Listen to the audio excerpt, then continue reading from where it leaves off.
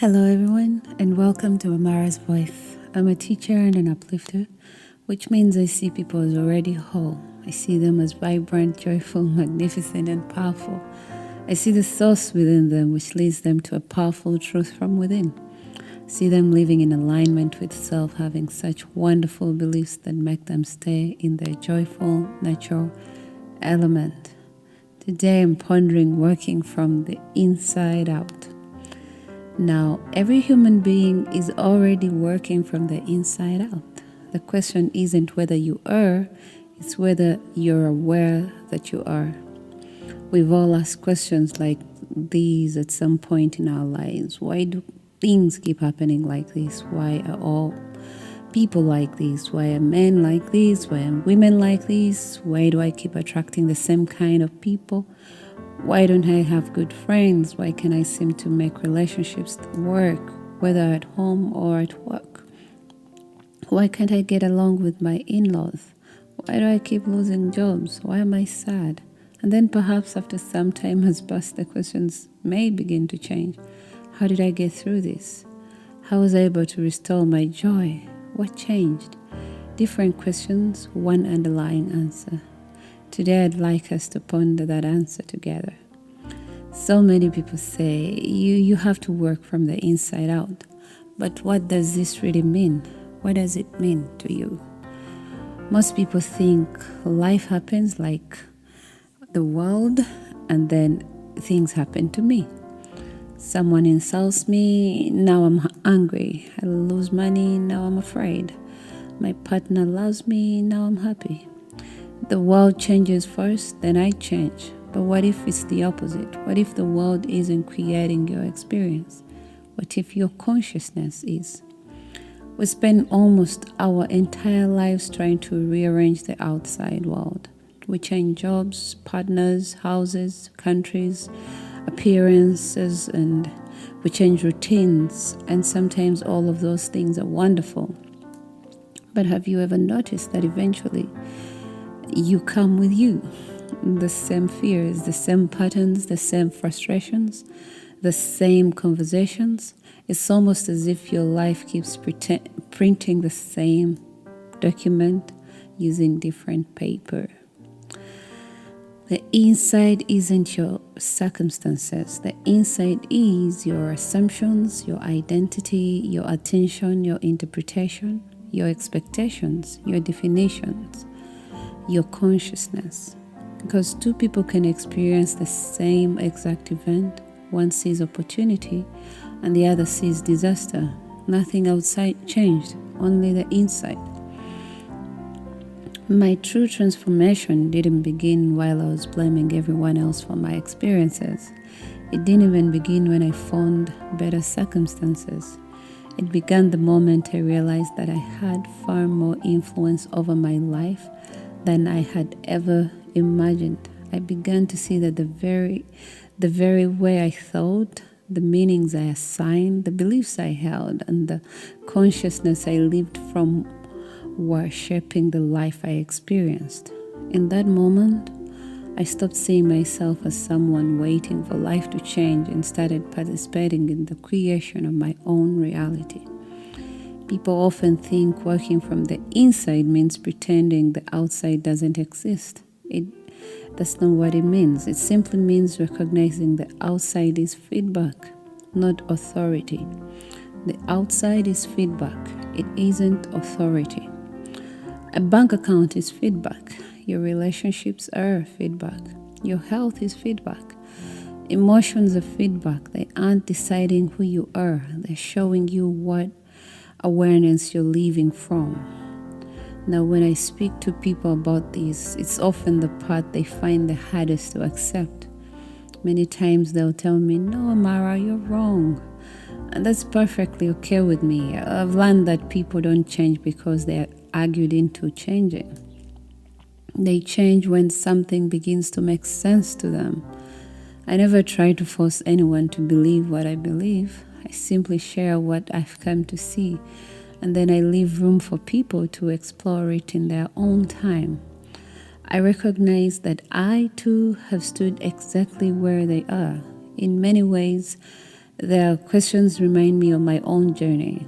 Sometimes they even reveal places where I still have more to learn, or moments when I fall short of the very principles I value.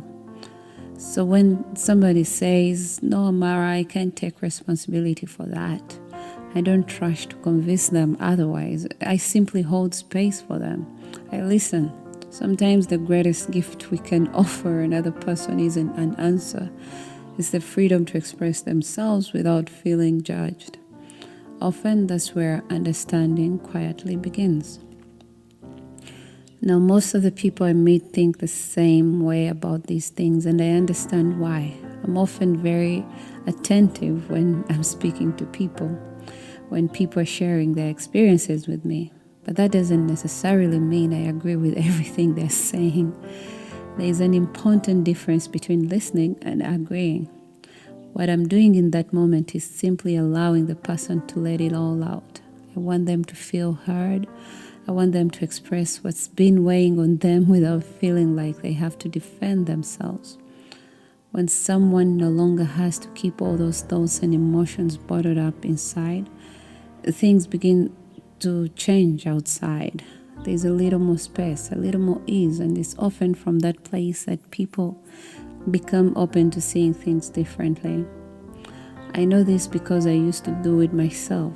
There was a time when I blamed many of the people in my life for what I believed they had done to me.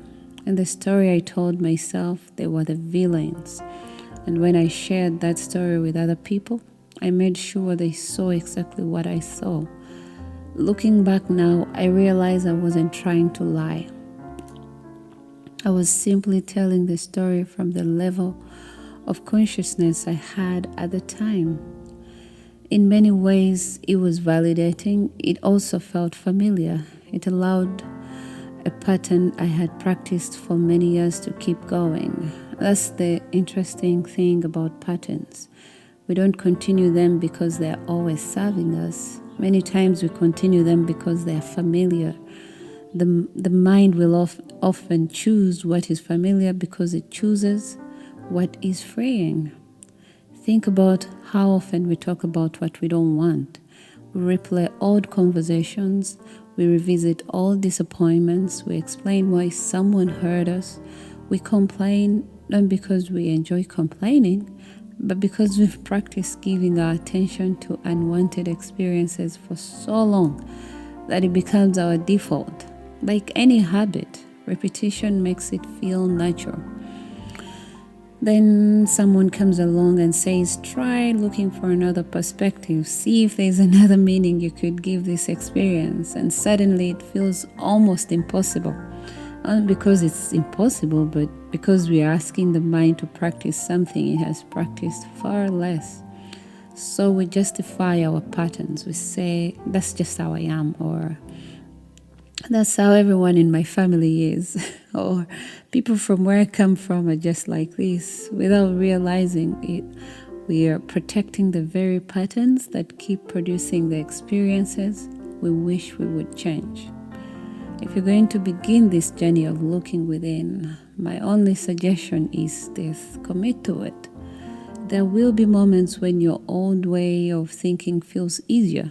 That's normal. You're not just changing your thoughts, you're changing years of practice. And every time you choose a new perspective, you're practicing a new way of being. Many of the beliefs we've practiced for years don't leave us feeling peaceful, joyful, or free. And yet we continue practicing them. We've become committed to them, often without realizing it. Every time we repeat the same story, give the same meaning to an experience, or expect the same outcome, we're strengthening that belief just a little more.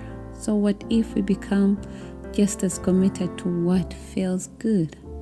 What if, instead of giving our undivided attention to the thoughts that drain us, we give that same attention to the thoughts that expand us?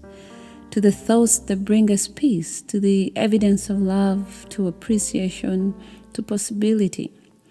If attention strengthens whatever it rests upon, then why not consciously place it on what you would actually like to grow? So how do you truly begin working from the inside out? For me, it began with one realization that changed everything. I became deeply convinced that I was the creator of my experiences. Once I saw that, I could no longer afford to overlook what was happening within me. I became curious. I started searching for the beliefs I held about life, about people, about money, about relationships, and about myself mostly. I wanted to understand where my experience was really coming from.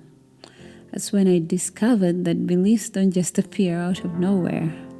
They grow out of the thoughts we repeatedly think about a given topic. And if beliefs grow from thoughts, then paying attention to my thoughts became one of the most important things I could do.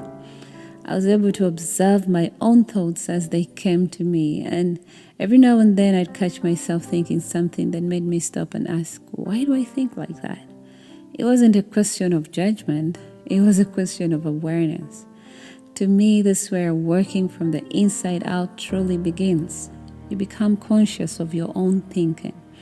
You stop allowing thoughts to pass through unnoticed, and instead you gently observe them. Then you ask yourself, if I continue thinking this thought, where is it leading me? Is it leading me toward the life I want to experience? Or is it taking me somewhere I'd rather not go? Because every belief begins as a thought, and every thought is quietly inviting you in a particular direction. Where does every invention begin? Inside. Where does every business begin? Inside. Every marriage? Inside. Every war, every society humanity has ever built first existed as a thought. The outside has never led humanity. Even now, as you're listening to me, you may already be thinking of someone you believe is the reason for your pain, someone who disappointed you, hurt you, betrayed you, or made life difficult. If that's happening, simply notice it. That's not something to judge. It's simply an opportunity to become aware where your attention naturally goes. Some of us might say, but Amara, this person really is like that. They've lied to me. They've hurt me over and over again. I can change who they are. And you're right. I'm not asking you to pretend they haven't. I'm not asking you to deny your experience. Nor am I asking you to change another person. I'm inviting you to look somewhere else. You may not be responsible for another person's choices, but you are always responsible for the meaning you give those choices. You're responsible for the way you perceive them, for the thoughts you continue thinking about them, and ultimately for the consciousness from which you respond. Between what happens and how you respond, there is a space. In that space is your freedom. In that space is your power. In that space, you choose the perception from which your life continues to unfold. People think they're working from the inside when really they're reaching the outside all day. News tells them what to fear. Social media tells them what to desire. Other people tell them who they are. They are outsourcing consciousness. Working from inside out is reclaiming authorship.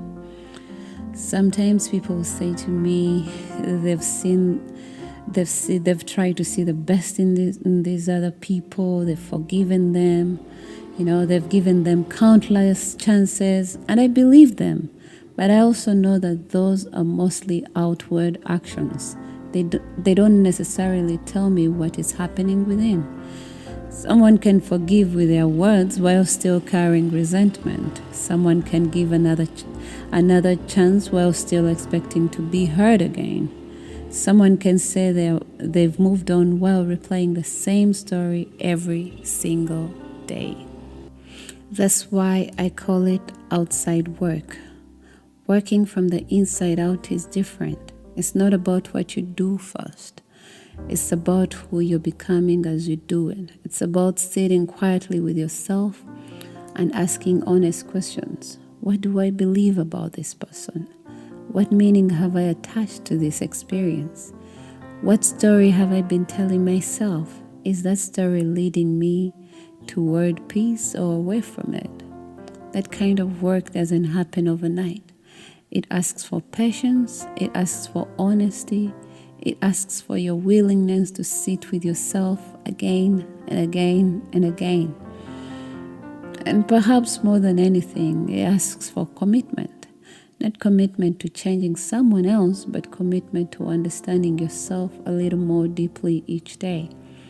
The questions I get asked are endless, and I certainly can't answer every single one in the short time we have together. Someone will say, but Amara, I found them like this. Or, everyone around me agrees with me. They all see exactly what I see. This is just who that person is. And I understand why we think that way. It feels convincing when other people confirm our story. It feels validating when an entire group agrees with us. But here's the question I always come back to. What are you doing about it now? And I'm not talking about what you're doing on the outside. I'm asking what you're doing on the inside. What thoughts are you continuing to offer about this person? What meaning are you repeating? What story have you become committed to? Very often, after enough disappointment, we surrender. We say things like, maybe I'm just not meant to date. Maybe men always lie. Women are superficial. People can't be trusted. Everyone in this group is like this, And I know those conclusions can feel incredibly real in the moment. Sometimes they even feel like wisdom. Then I ask a simple question. Do you realize there's someone who absolutely loves this person, for example? Someone who experiences them completely different from the way you do. What kinds of thoughts do you think that person consistently thinks about them?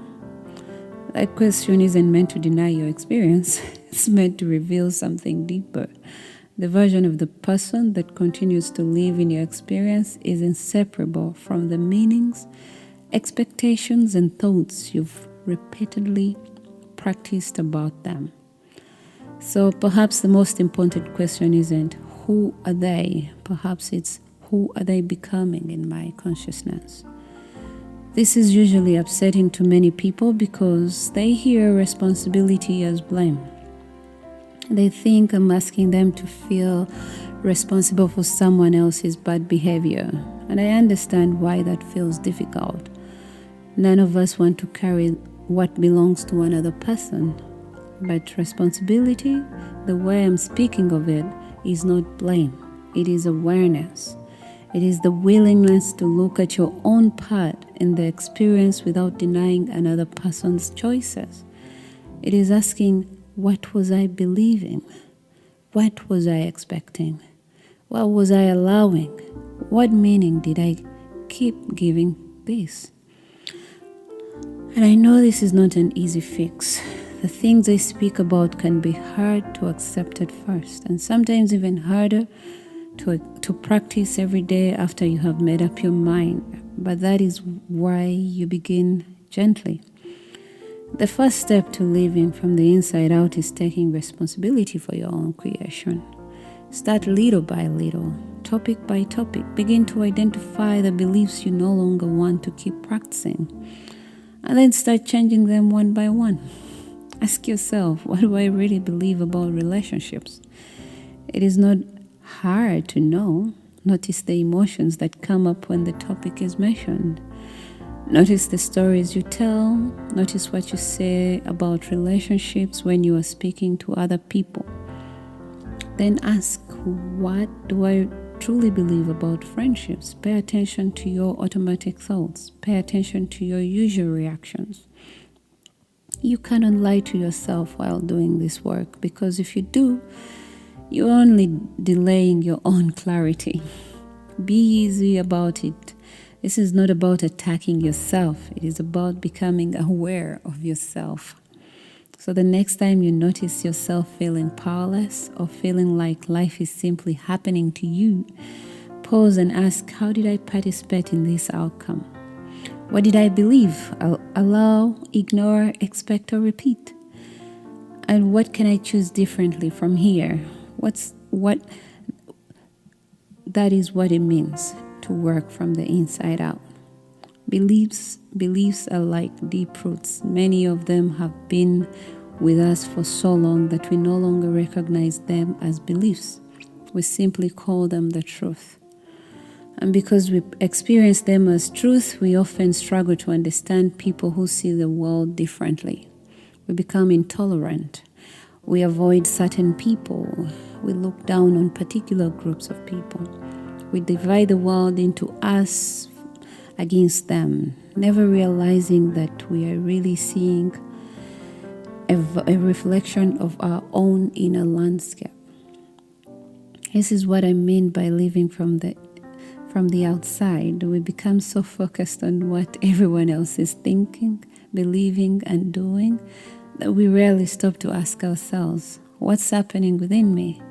What are my core beliefs? What are the principles I've chosen to live by?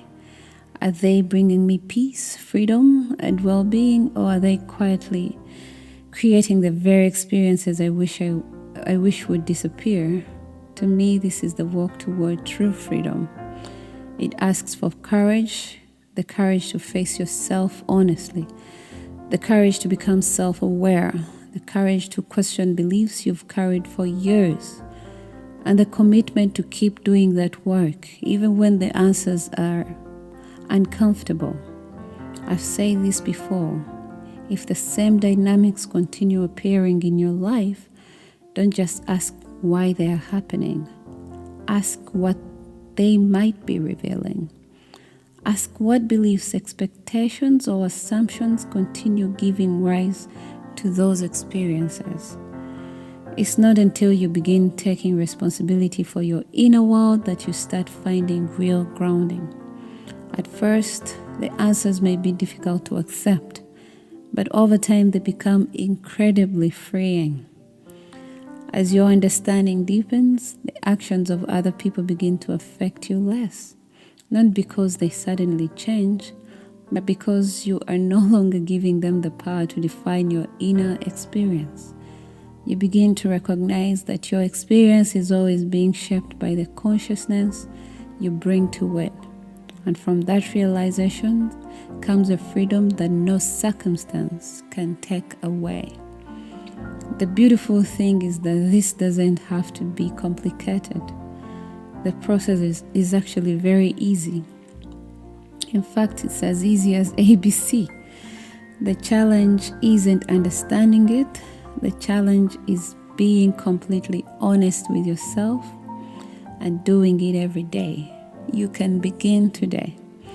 Choose just one area of your life, relationships, children, friendships, money, health, your body, your worth, aging, politics, any topic at all.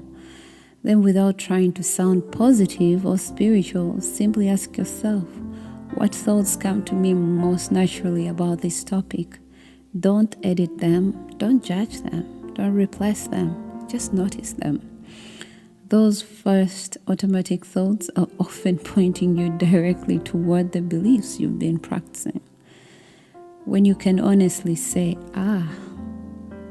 this is what I actually believe, you've already begun working from the inside out. Awareness always comes before transformation. For me, I started with the topics I already felt good about because those thoughts naturally led me toward more joy. Then I began paying attention to how I spoke about myself. I listened to the stories I was telling other people, and sometimes I'd stop and think, that doesn't sound so good.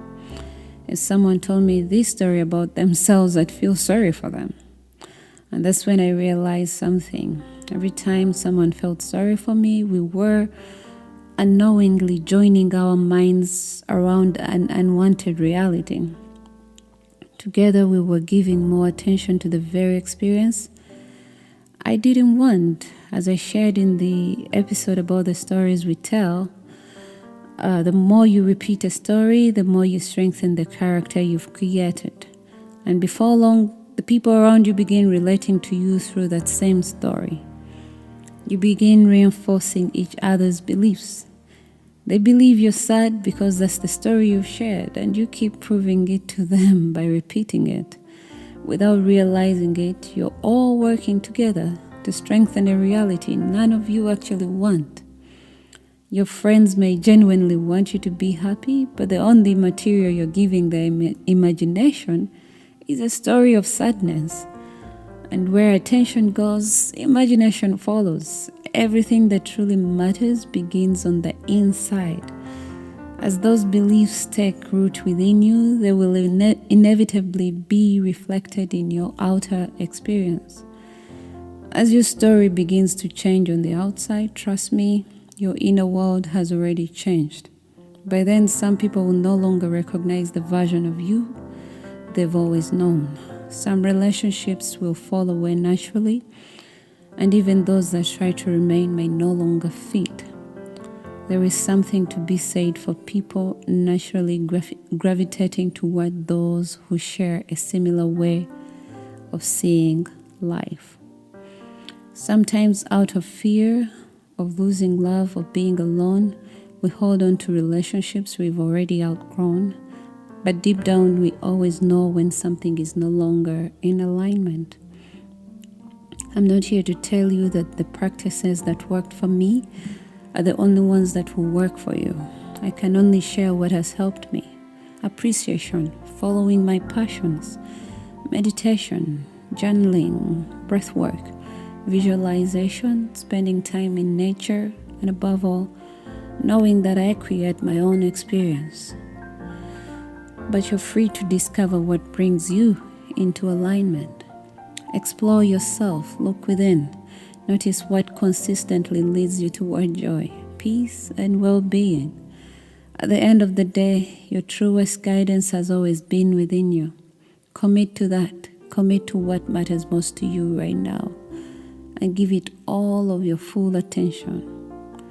Now, before you send the message, where are you sending it from? Before you start the business, where are you starting it from?